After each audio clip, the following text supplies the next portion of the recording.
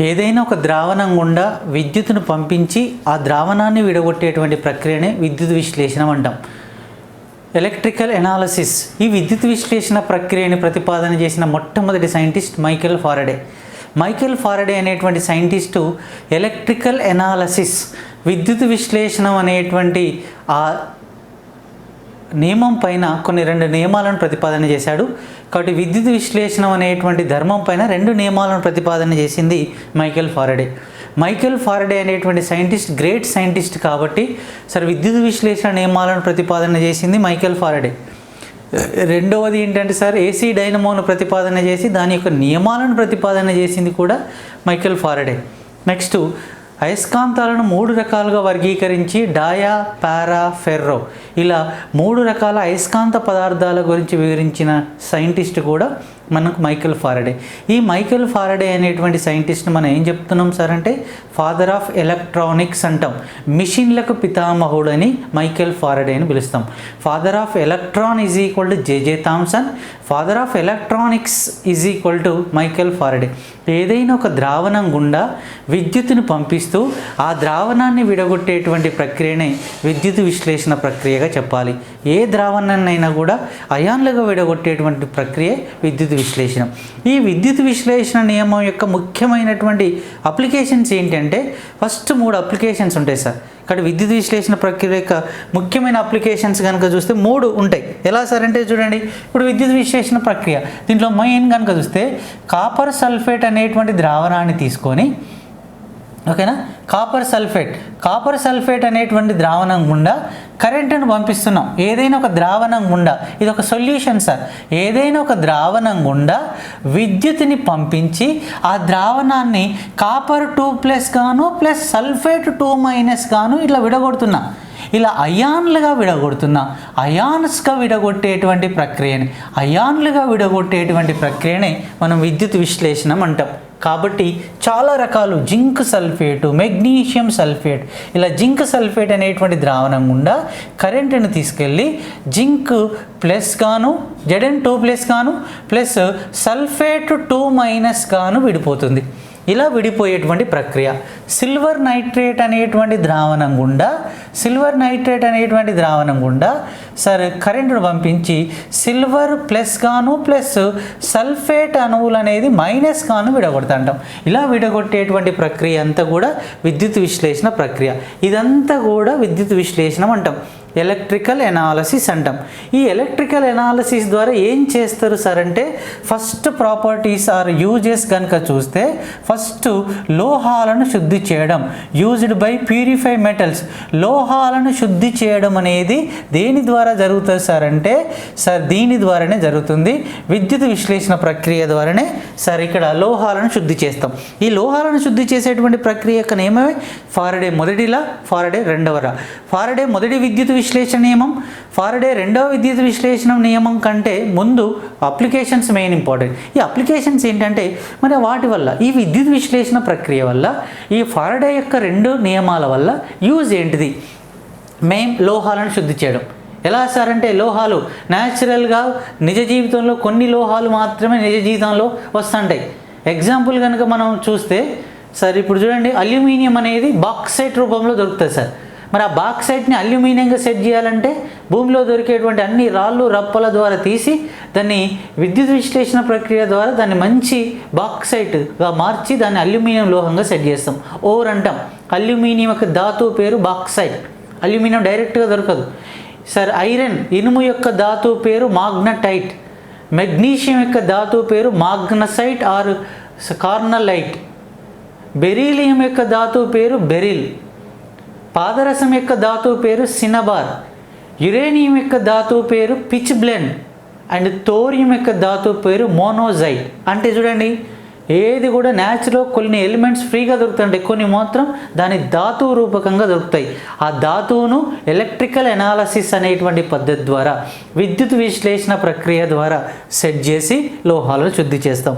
కాబట్టి నిజ జీవితంలో లోహాల యొక్క ఇంపార్టెన్స్ ఎంత బాగుందో మీరు ఆలోచించండి సార్. ఇండస్ట్రియల్ కానీ సరే ఎనీ డిపార్ట్మెంట్ కనుక చూస్తే లోహాల ద్వారా పెద్ద పెద్ద బిల్డింగ్లు కానీ ప్రాజెక్టులు కానీ డ్యామ్స్ కానీ ఇలాంటి వాటిలో మెయిన్ ఇంపార్టెంట్. ఎందుకంటే స్వచ్ఛమైన లోహంతో తీసుకొని వాటిని తయారు చేస్తే అవి పర్ఫెక్ట్గా చాలా కాలం ఉండడానికి ఛాన్స్ ఉంటాయి. కాబట్టి దీన్ని బట్టి లోహాలను శుద్ధి చేయడం అనేది సార్ ఎలక్ట్రికల్ ఎనాలసిస్ పద్ధతి ద్వారా మైకేల్ ఫారడే యొక్క 2 నియమాల ద్వారా మనం సెట్ చేస్తాం.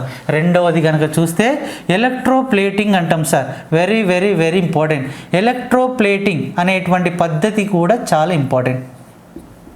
ఎలక్ట్రోప్లేటింగ్ అంటాం, వెరీ వెరీ ఇంపార్టెంట్ సార్. దీని యొక్క మీనింగ్ ఏంటంటే తక్కువ ధర ఉండేటువంటి వస్తువు పైన, లో కాస్ట్ సార్, తక్కువ ధర ఉండేటువంటి వస్తువుల పైన కోటింగ్ వేసి, కోటింగ్ సార్, కోటింగ్ పూత పోసి ఎక్కువ ధర ఉండేటువంటి వస్తువుగా, ఎక్కువ ధర ఉండేటువంటి వస్తువులుగా మార్చడానికి, ఎక్కువ ధర ఉండేటువంటి వస్తువులుగా మార్చడానికి ఉపయోగించేదంతా కూడా ఎలక్ట్రోప్లేటింగ్ అంటాం సార్. ఇప్పుడు మన దగ్గర సార్ రాగితో తయారు చేసినటువంటి రింగ్ ఉంది, మన కాడ డబ్బులు లేవు, ఏదైనా ఫంక్షన్ పోవాలి అన్నప్పుడు రాగి ఉంగరం పెట్టుకొని పోతే చూసేవాళ్ళు చీప్గా చూస్తారనేటువంటి ఉద్దేశంతో రాగి పైన సిల్వర్ కోటింగ్, సిల్వర్ అంటే AgNO3 అనేటువంటి ద్రావణాన్ని దాంట్లో పెట్టి కోటింగ్ చేసి సెట్ చేస్తాం. ఇప్పుడు నేను ఎక్స్ప్లెయిన్ చేస్తా. రెండో ఆప్షన్ ఏం చేస్తాం సార్ సిల్వర్ పైన బంగారం coating, gold coating sir. Gold పైన ఏంటిది ఇంకోటి ప్లాటినం కోటింగ్. అంటే దీన్ని బట్టి మీకు అర్థమైంది ఏంటంటే తక్కువ కాస్ట్ ఉండేది, అంటే ఇది కాపర్ కాస్ట్ తక్కువ, దానిపైన సిల్వర్ కోటింగ్ ఎక్కువ కాస్ట్ సార్. సిల్వర్ తక్కువ, దానిపైన బంగారం కోటింగ్ ఎక్కువ, బంగారం తక్కువ, దాని మీద plotting coating.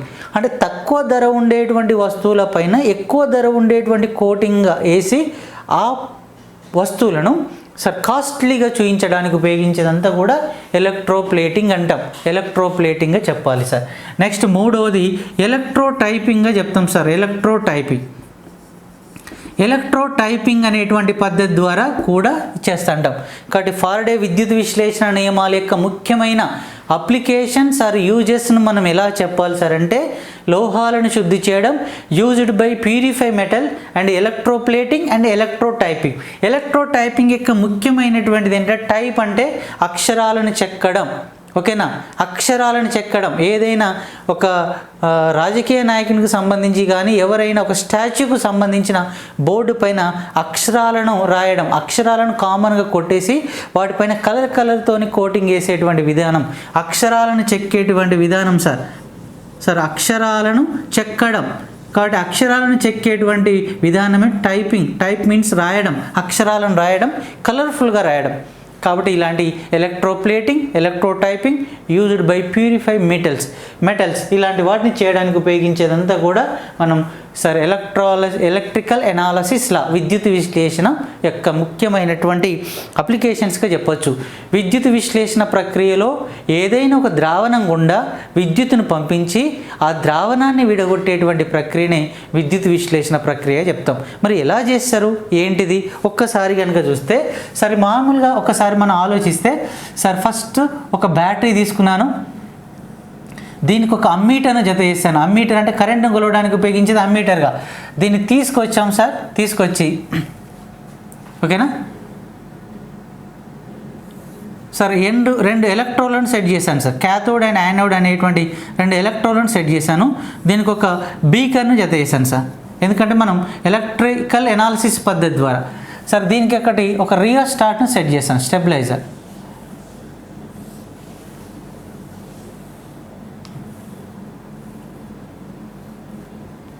RH rheostat, battery B +- ఓకేనా సార్. దీన్ని విద్యుత్ విశ్లేషణం చేయడానికి ఉపయోగించే ఈ బాల్స్ని ఏమని పిలుస్తారు? వోల్టామీటర్ అని పిలుస్తారు సార్. ఇది మీన్స్ వోల్టామీటర్.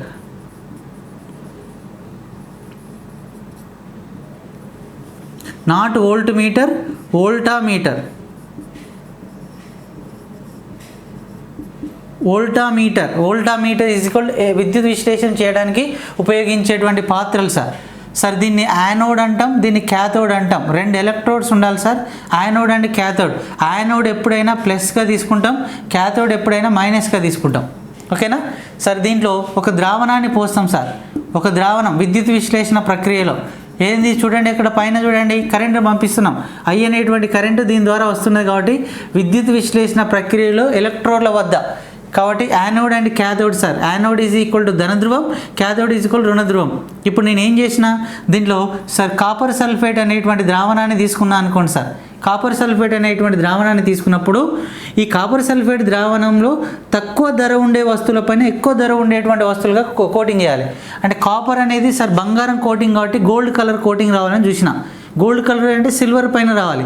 ఈ గోల్డ్ కోటింగ్ చేసేటువంటి మెటీరియల్ను యానోడ్ మీద పెట్టాలా క్యాథోడ్ మీద పెట్టాలా సార్ అంటే క్యాథోడ్ మీద పెట్టాలి సార్. వీడు ఆ రింగ్ని ఈడ పెట్టిన అనుకోండి, రింగ్ను ఆడబెట్టి మనం ఏం చేస్తాం సార్ అంటే ఒకసారి స్విచ్ ఆన్ చేస్తాం. స్విచ్ ఆన్ చేయగానే ఏమైతే సార్ అంటే కాపర్ సల్ఫేట్ అనేటువంటి ద్రావణం గుండా ఏమవుతుంది, ఇక్కడ కరెంటు పోతుంది. కరెంటు పోయి ఏమవుతుంది, కాపర్ 2+ అయాన్ గాను ప్లస్ సల్ఫేట్ 2- అయాన్ గాను విడిపోతుంది. విడిపోయినప్పుడు ఏమైతే సార్ ఇది కాపర్ 2+ అయాన్. ఇప్పుడు ప్లస్ ఎప్పుడైనా మైనస్ని ఆకర్షించుకోవాలి, మైనస్ ఎప్పుడైనా ప్లస్ని ఆకర్షించుకోవాలి. కాబట్టి ఏం చేస్తాం, రింగ్ని తీసుకుపోయి క్యాథోడ్ పైన పెట్టేస్తాం సార్.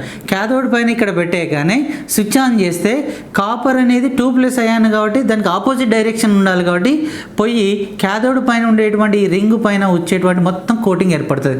అంటే చూడండి యానోడ్ క్యాథోడ్ పోతుంది, క్యాథోడ్ యానోడ్ పోతుంది సార్. ఎందుకంటే సల్ఫేట్ అణువులు సార్ క్యాథోడ్ అయాన్లు కాబట్టి క్యాథోడ్ పై యానోడ్ పైన పూత ఏర్పడుతుంది సార్. కాపర్ అనేది ప్లస్ కాబట్టి ప్లస్ అనేది మైనస్ కాబట్టి మనం కోటింగ్ వేసే దాన్ని ఎప్పుడైనా క్యాథోడ్ పైన పెట్టి స్విచ్ ఆన్ చేస్తే ప్లస్ మైనస్ ప్లస్ 2 మైనస్ మొత్తం ఈజీ అయ్యి దీంట్లో పూత ఏర్పడుతుంటుంది. కాబట్టి ఇది సార్ ఇది విద్యుత్ విశ్లేషణ ప్రక్రియ. కాబట్టి ఈ లోహాలను కూడా ఇలానే శుద్ధి చేస్తుంటే ఇలా ఏదైనా ఒక ద్రావణం గుండా ఇప్పుడు మన సిల్వర్ నైట్రేట్ అనేటువంటి ద్రావణం సిల్వర్ కలర్ కావాలి. సిల్వర్ నైట్రేట్ అనేటువంటి ద్రావణం గుండా ఏం చేస్తున్నాం, కరెంటు పంపిస్తున్నాం. కరెంటు పంపించినప్పుడు ఏమవుతుంది, Ag+ అయాన్గా విడిపోతుంది ప్లస్ నైట్రైట్ అనేటువంటి అణువులుగా విడిపోతుంది సార్. ఇక్కడ తీసుకుపోయి ఒక రాగి ఉంగరాన్ని ఇక్కడ పెట్టినప్పుడు స్విచ్ ఆన్ చేసినప్పుడు ఈ ప్లస్ అనేది మైనస్కి పోవాలి కాబట్టి సిల్వర్ అనేది డైరెక్ట్ దీనికి పోయి దీనికి అత్తుకుంటుంది సార్. సిల్వర్ Ag+ అయాన్ అనేది దీనికి అత్తుకుంటుంది ప్లస్ దీనిది ఏమవుతుంది దీనికి అత్తుకుంటుంది. ఏది నైట్రేట్ అనేటువంటి మైనస్ అనేది ప్లస్ను అత్తుకొని మొత్తం దీంట్లో విద్యుత్ విశ్లేషణ ప్రక్రియ జరిగి కోటింగ్ అనేది ఏర్పడుతుంటాయి. కాబట్టి లోహాలు చాలా కాలం మన్నడానికి, లోహాలను శుద్ధి చేయడానికి ఎలక్ట్రోప్లేటింగ్, ఎలక్ట్రోటైపింగ్గా చెప్పాలి. మరి ఇలాంటి నియమాన్ని ప్రతిపాదన చేసింది మైకేల్ ఫారడే. ఈ మైకేల్ ఫారడే అనేటువంటి సైంటిస్టు విద్యుత్ విశ్లేషణ ప్రక్రియ ద్వారా 2 నియమాలను ప్రతిపాదన చేసింది. విద్యుత్ విశ్లేషణ ప్రక్రియ ద్వారా వచ్చేటువంటి 2 నియమాలను ప్రతిపాదన చేసింది మైకేల్ ఫారడే అనేటువంటి సైంటిస్టు విద్యుత్ విశ్లేషణ ద్వారా వచ్చేటువంటి నియమాలను ప్రతిపాదన చేసింది సార్. ఈ ప్రతిపాదన ప్రకారంగా ఫారడే మొదటి విద్యుత్ విశ్లేషణ నియమం, ఓకేనా. ఫారడే ఫస్ట్ ఎలక్ట్రికల్ ఎనాలసిస్ లా. ఫారడే మొదటి విద్యుత్ విశ్లేషణ నియమం యొక్క ఎలక్ట్రికల్ ఎనాలసిస్ లా అనేది ఏం చెప్తుంది కాబట్టి ఇది చూద్దాం సార్. ఇదంతా విద్యుత్ విశ్లేషణ ప్రక్రియలో ఫస్ట్ లా ఫారడే మొదటి విద్యుత్ విశ్లేషణ యొక్క నియమం. ఇదంతా విద్యుత్ విశ్లేషణ ప్రక్రియలో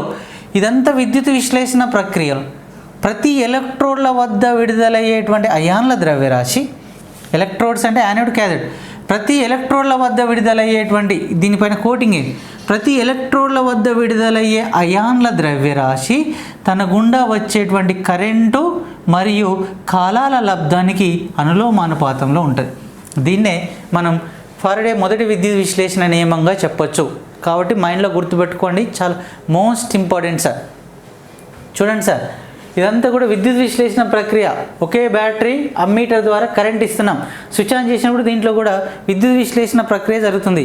జరిగేటప్పుడు కోటింగ్ ఎలా ఏర్పడుతుంది, విద్యుత్ విశ్లేషణ ప్రక్రియలో ప్రతి ఎలక్ట్రోడ్ల వద్ద వచ్చేటువంటి మాస్, ప్రతి ఎలక్ట్రోడ్ల వద్ద వచ్చేటువంటి అయాన్ల ద్రవ్యరాశి తన గుండా వెళ్ళే కరెంటు కాలాల లబ్ధానికి అనులోమానుపాతంలో ఉంటుంది. కాబట్టి ఇప్పుడు ఎగ్జాంపుల్ కనుక చూస్తే మొదటి నియమం ఏం చెప్తారు సార్ అంటే ఫస్ట్ నియమంలో ఫస్ట్ ప్రాసెస్ ఎలక్ట్రోడ్ల వద్ద విడుదలయ్యే అయాన్ల ద్రవ్యరాశి తన గుండా వెళ్ళేటువంటి కరెంటుకు ప్రపోర్షనల్గా ఉంటుంది. సార్ బ్యాటరీలో ఎంత కరెంట్, రియోస్టాట్లో ఎంత కరెంటు పెంచుతా అంటే అంత ఎక్కువ కోటింగ్ వస్తూ ఉంటుంది, తక్కువ కరెంట్ ఉంటే తక్కువ కోటింగ్ వస్తూ ఉంటుంది, కరెంటు ఎక్కువ ఎంత పోతే అంత కరెంట్ వస్తూ ఉంటుంది. నెక్స్ట్ రెండవది ఏంటి సార్, ప్రతి ఎలక్ట్రోడ్ల వద్ద వచ్చేటువంటి విడుదలయ్యే అయాన్ల ద్రవ్యరాశి ఎంత టైం కూడా ప్రపోర్షనల్ ఉంటుంది. 2 నిమిషాలు కనుక వస్తే 2 నిమిషాలు ఎంతైతే కోటింగ్ వస్తుందో అంతే వస్తుంది.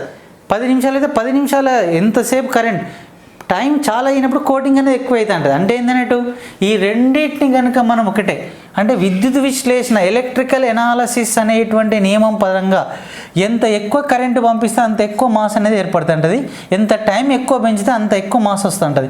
ఇవి రెండు ఎంలే కాబట్టి ఒకే రాస్తారా, M proportional to I into tea.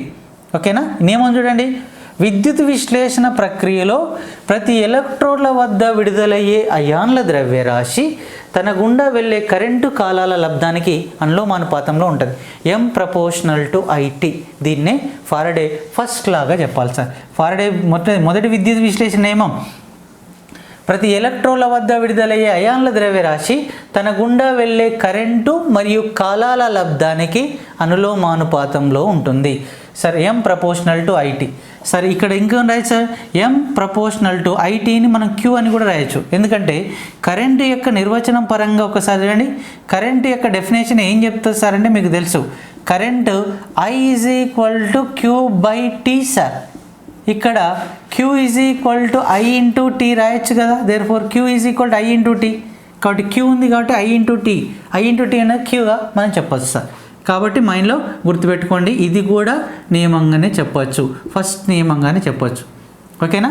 Very very important sir. ఇక్కడ కనుక ప్రపోర్షనల్ టు కనుక తీసిస్తే M is equal to K into I into T అవుతుంది, లేదా కే ఇంటూ క్యూ అవుతుంది sir. K is equal to Z అనేటువంటి అక్షరాన్ని తీసుకున్నాడు సార్. ఈ జెడ్ అనే అక్షరాన్ని సార్ ఈసిఈ, ఓకేనా సార్, కెమికల్ ఈక్వలెన్స్, ఓకేనా, విద్యుత్ రసాయన తుల్యాంకం అంటాం సార్. విద్యుత్ రసాయన తుల్యాంకం,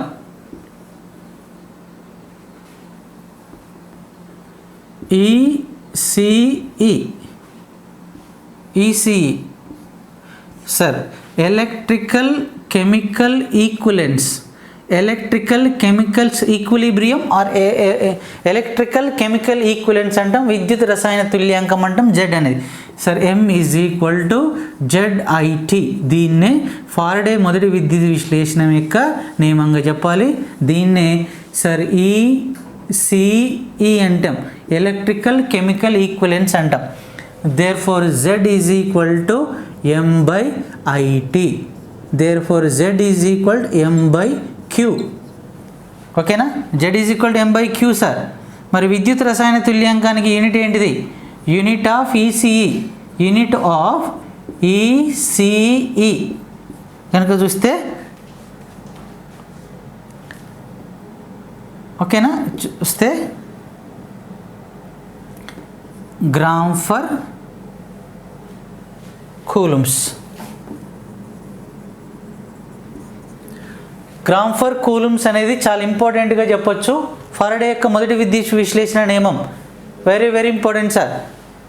విద్యుత్ విశ్లేషణ ప్రక్రియలో ప్రతి ఎలక్ట్రోడ్ల వద్ద విడుదలయ్యే అయాన్ల ద్రవ్యరాశి తన గుండా వెళ్ళేటువంటి కరెంటు కాలాల లబ్ధానికి అనులోమానుపాతంలో ఉంటుంది. దీన్ని బట్టి మీకు అర్థం కావాల్సిన క్వశ్చన్ ఏంటంటే, సార్ ఎంత ఎక్కువ కనుక కరెంటును పంపిస్తే అంత ఎక్కువ కోటింగ్ అనేది ఏర్పడుతుంటుంది, ఎంత ఎక్కువ టైం కనుక పంపిస్తే అంత ఎక్కువ కోటింగ్ అనేది వస్తుంటుంది. కాబట్టి ఫారడే యొక్క మొదటి నియమం ఏంటంటే ఎం ప్రపోర్షనల్ టు ఐటీ అంటాం. ఎం ప్రపోర్షనల్ టు ఐటీ అంటే sir M proportional to IT, proportional గుర్తు తీసేస్తే జెడ్ అనేటువంటి కేఐటీ తీసుకున్నాం, కే ఉన్న కాడ జెడ్ అనేటువంటి అక్షరాన్ని కనుక తీసుకున్నట్టయితే జెడ్ ఈజ్ ఈక్వల్ టు విద్యుత్ రసాయన తుల్యాంకం అంటాం. ఓకేనా? ఎలక్ట్రికల్ కెమికల్ ఈక్వలెన్స్ అనేటువంటి ఒక విద్యుత్ రసాయన తుల్యాంకాన్ని తీసుకుంటే M is equal to Z I T అనేటువంటి నియమం వస్తుంది. Z is equal to M by I T, I T is equal to Q, ఇక్కడ Z is equal to M by Q sir.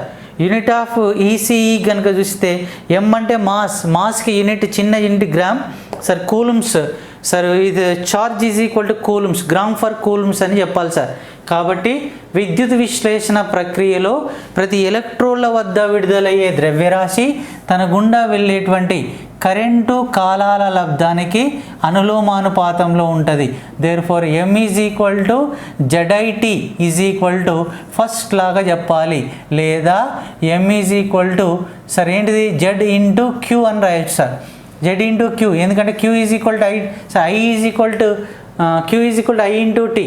There four ఇక్కడ చూడండి విద్యుత్ రసాయన తుల్యాంకం Z is equal to M by Q is equal to right ఆన్సర్గా చెప్తాం. కాబట్టి Faraday యొక్క మొదటి నియమం పేరు విద్యుత్ విశ్లేషణ ప్రక్రియలో ఎలక్ట్రోన్ల వద్ద విడుదలయ్యేటువంటి ద్రవ్యరాశి తన గుండా వెళ్ళేటువంటి కరెంటు కాలాల లబ్ధానికి అనులోమానుపాతంలో ఉంటే దీన్నే మనం విద్యుత్ రసాయన తుల్యాంకంగా చెప్పాలి. విద్యుత్ రసాయన యొక్క తుల్యాంకం యొక్క ముఖ్యమైనటువంటి నియమమే ఈసీఈ. ఫస్ట్ వచ్చేదే ఎలక్ట్రికల్ కెమికల్ ఈక్విలెన్స్గా చెప్తాం. కాబట్టి Faraday first law is equal to M is equal to Z I T. M is equal to Z I T. ఇక్కడ రాస్తున్నా చూడండి, M is equal to Z I T is equal to first లాగా చెప్పాలి sir. M is equal to Z I T is equal to first లాగా చెప్తాం sir. ఇది sir మనం ఎంత ఎక్కువ కరెంట్ పంపిస్తే అంత ఎక్కువ అనేది కోటింగ్ వస్తూ ఉంటుంది, ఎంత తక్కువ కరెంట్ పంపిస్తే అంత తక్కువ కరెంట్ వస్తూ ఉంటుంది. కాబట్టి మనం దీన్ని బట్టి మనం ఆన్సర్ చేయవచ్చు. ఇక ఫారడే యొక్క రెండవ నియమం కనుక చూస్తే, ఫారడే విద్యుత్ విశ్లేషణ యొక్క రెండవ నియమం, మైకెల్ ఫారడే అనేటువంటి సైంటిస్టు విద్యుత్ విశ్లేషణం ఎలక్ట్రికల్ ఎనాలసిస్, ఓకేనా, ఎలక్ట్రికల్ ఎనాలసిస్ సెకండ్ నియమం ఏం చెప్తుంది sir? Electrical analysis second law ఒకే విద్యుదావేశం కలిగి ఉన్నది సార్. ఇప్పుడు ఇంతకుముందు ఒకటే మనం విద్యుత్ విశ్లేషణ ఒకటే తీసుకున్నాం, కానీ ఇక్కడ చూడండి సార్, ఇక్కడ నేను ఏం చేస్తున్నా సార్ అంటే ఇది యానోడ్ అండ్ క్యాథోడ్ తీసుకుంటున్నా. ఇది ఒక యానోడ్ అండ్ ఇంకొకటి క్యాథోడ్ రెండు తీసుకుని ఇక్కడ ఒక బీకర్ని సెట్ చేసిన. నెక్స్ట్ ఏం చేస్తున్నా సార్, ఇక్కడొకటి మనకు ఆల్రెడీ కరెంట్ ఉంది కాబట్టి ఇక్కడ ఒక ఎలక్ట్రికల్ యానోడ్, ఇక్కడ ఒక క్యాథోడ్ తీసుకున్నా, ఇక్కడ ఒక బీకర్ని తీసుకున్నా. నెక్స్ట్ ఇంకొకటి తీసుకుంటున్నా, ఇక్కడ ఒక యానోడ్ తీసుకుంటున్నా,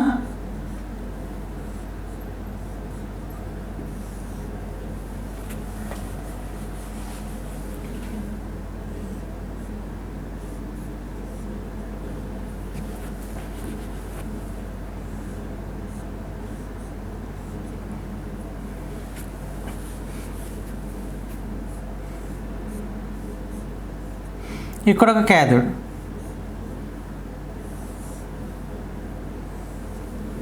సార్ ఇంతకుముందు ఏంటి ఒకటే తీసుకున్నాం సార్, ఎలక్ట్రోలసిస్ అనేటువంటి నియమం ఒకటే తీసుకున్నాం, ఒకటే బీకర్ తీసుకున్నాను, ఒకటే an.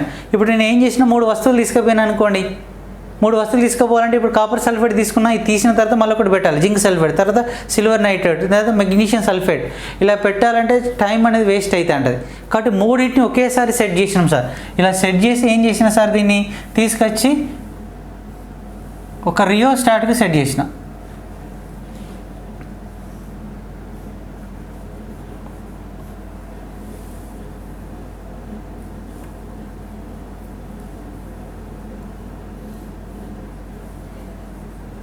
Rheostat battery B plus minus. Sir ఇక్కడ ఒక బీకర్, ఇది యానోడ్ అండ్ క్యాథోడ్, ఇది ఒక యానోడ్ అండ్ క్యాథోడ్, ఇది ఒక యానోడ్ అండ్ క్యాథోడ్. 3 తీసుకున్నాను సార్, 3 బీకర్లు తీసుకున్నాను. 3టిలో మనం సెట్ చేస్తున్నాం, 3టిలో ఇప్పుడు సెట్ చేస్తున్నాం.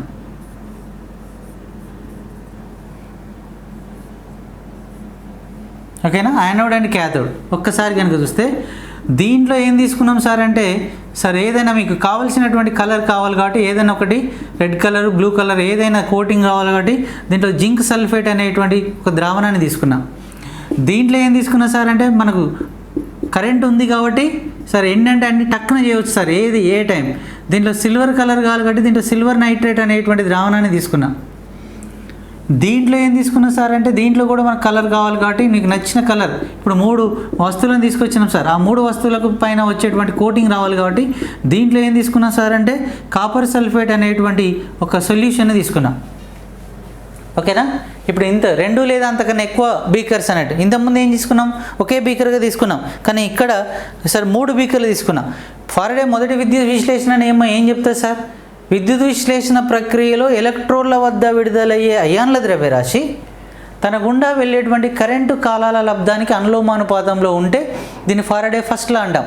మరి ఫారడే సెకండ్ లా ఏంటంటే సార్ ఒకే విద్యుదావేశాన్ని కలిగి ఉండి, కరెంటు మాత్రం ఒకటే బ్యాటరీ, ఒకే విద్యుదావేశాన్ని కలిగి ఉండి ప్రతి ఎలక్ట్రోన్ల వద్ద విడుదలయ్యే అయాన్ల ద్రవ్యరాశి ఒక్కటి ఉంటేనో ఫస్ట్ లా, 2 లేదా అంతకన్నా ఎక్కువ ఉంటేనో సెకండ్ లా.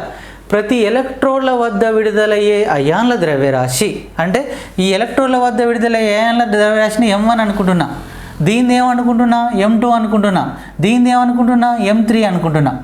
ఓకేనా, సరే ప్రతి ఎలక్ట్రోన్ల వద్ద విడుదలయ్యే ద్రవ్యరాశి వాటి యొక్క రసాయన తుల్యాంకాలు, దీన్ని E1 అనుకుంటున్నా, దీని రసాయన తుల్యాంకాలు దీన్ని E2 అనుకుంటున్నా, దీని రసాయన తుల్యాంకం దీన్ని E3 అనుకుంటున్నా. ఓకేనా, వెరీకి సమానంగా చెప్పాలి. ఒకే విద్యుదావేశాన్ని కలిగి ఉండి ప్రతి ఎలక్ట్రోన్ల వద్ద విడుదలయ్యే అయాన్ల ద్రవ్యరాశి M1 is to M2 is to M3. ప్రతి ఎలక్ట్రోన్ల వద్ద విడుదలయ్యే అయాన్ల ద్రవ్యరాశి అనేది వాటి యొక్క రసాయన తుల్యాంకం E1 ఈస్ట్ E2 ఈస్ట్ E3కి అనులోమానుపాతంలో ఉంటే దీన్ని ఫారడే రెండవ విద్యుత్ విశ్లేషణ నియమంగా చెప్పాలి. Very very very very important. వాటి యొక్క రసాయన తుల్యాంకాలకు వెరీ ఇంపార్టెంట్, వాటి యొక్క రసాయన తుల్యాంకాలకు అనులోమానుపాతంలో ఉంటుంది. ఇక్కడ E1, E2, E3 ఈ మూడింటిని ఏమని పిలుస్తారంటే రసాయన తుల్యాంకాలు అని పిలుస్తాం సార్. కెమికల్ ఈక్విలెన్స్ అంటాం, రసాయన తుల్యాంకాలు అని పిలవాలి sir. Very very very important. E1 east E2 east E3 రసాయన తుల్యాంకాలు అని పిలుస్తాం. మరి రసాయన తుల్యాంకం అనగా డాష్ రసాయన తుల్యాంకం అంటే ఏంటి సార్ అంటే, తుల్యాంకం అంటే సార్ పరమాణు సంఖ్య బై వ్యాలెన్సీ బై పరమాణు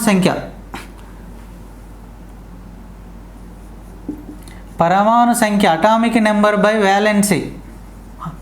ఓకేనా, వ్యాలెన్సీ అని పిలుస్తాం, అటామిక్ నెంబర్ బై వ్యాలెన్సీ. సరే కెమికల్ ఈక్వలెన్స్ అని పిలవాలి.